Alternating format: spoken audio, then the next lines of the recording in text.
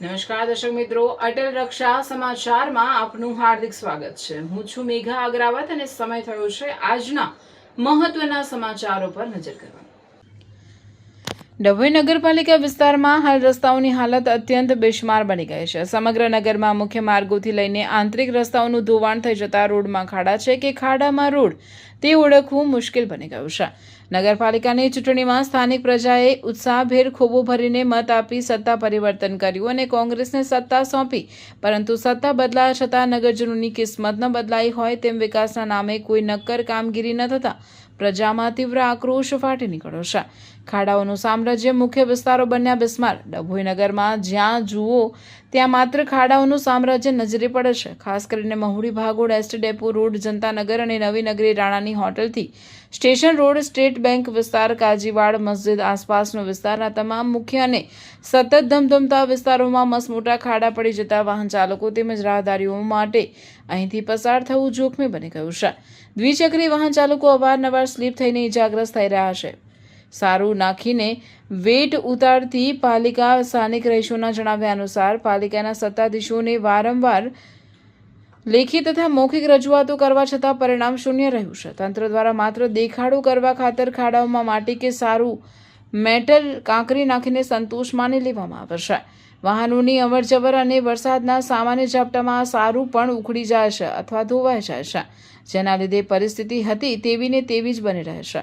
Emergency અને સગર્ભા મહિલાઓ માટે રસ્તા બન્યા અગ્નિ પરીક્ષા।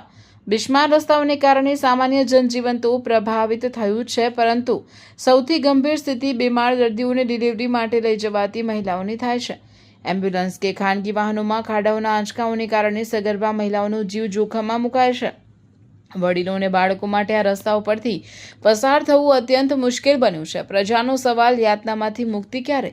સ્થાનિક લોકોમાં એવી ચર્ચા જોર પકડી રહી છે કે મોટી આશાઓ સાથે પ્રજાએ પરિવર્તન લાવી કોંગ્રેસને સત્તા સોંપી હતી, પરંતુ શાસકો પ્રજાની પ્રાથમિક સુવિધાઓ પ્રત્યે સંપૂર્ણપણે બેદરકાર સાબિત થયા છે। આજે સખત શબ્દોમાં વિરોધ એક જ છે કે ડીઆરએમને ઓછામાં ઓછા 3 મહિનાથી અમે લોકો આવેદન પત્ર આપી ચૂક્યા છે। અમે લોકો એમને ડીઆરએમ શું, પછી એમના જે તે લાગતા અધિકારીઓ શું, ત્યાં સુધી આ વસ્તુ પહોંચાડેલી છે, પણ એ સાંભળતા નથી। આજે સવારે અમને મેસેજ મળ્યો છે કે વડોદરા શહેરના રેલવે સ્ટેશન પર ઓટોના પે પાર્ક રીતે પાર્ક કરવાના છે અને ટેક્સીને બી પે પાર્ક રીતે પાર્ક કરવાની છે। તેનો અમે સખત શબ્દોમાં વખોડીએ છીએ અને જે ટેક્સીના 20 રૂપિયા દર કંઈ નક્કી કર્યો છે ને રિક્ષાના 10 રૂપિયા નક્કી કરેલ છે, તો રિક્ષાવાળો ને ટેક્સીવાળો એક ભાડું મારીને આવશે તો પાછું એને પૈસા આપવાના રહેશે। તો આ તો પેસેન્જર વ્હીકલ છે, તો પેસેન્જર વ્હીકલની અંદર આ પૈસા આપવાના થતા નથી। જેમ કે રેલવે પ્રશાસનની અંદર હોય જગ્યા તો રેલવે આપવાની ઓથોરિટી હોય છે, અને વડોદરા શહેરની અંદર હોય તો સિટીની અંદર જે હોય તો એ કોર્પોરેશન હદ વિસ્તારમાં હોય તો એ કોર્પોરેશને એને ફાળવવાની, સ્ટેન્ડ ફાળવવાની ઓથોરિટી હોય છે।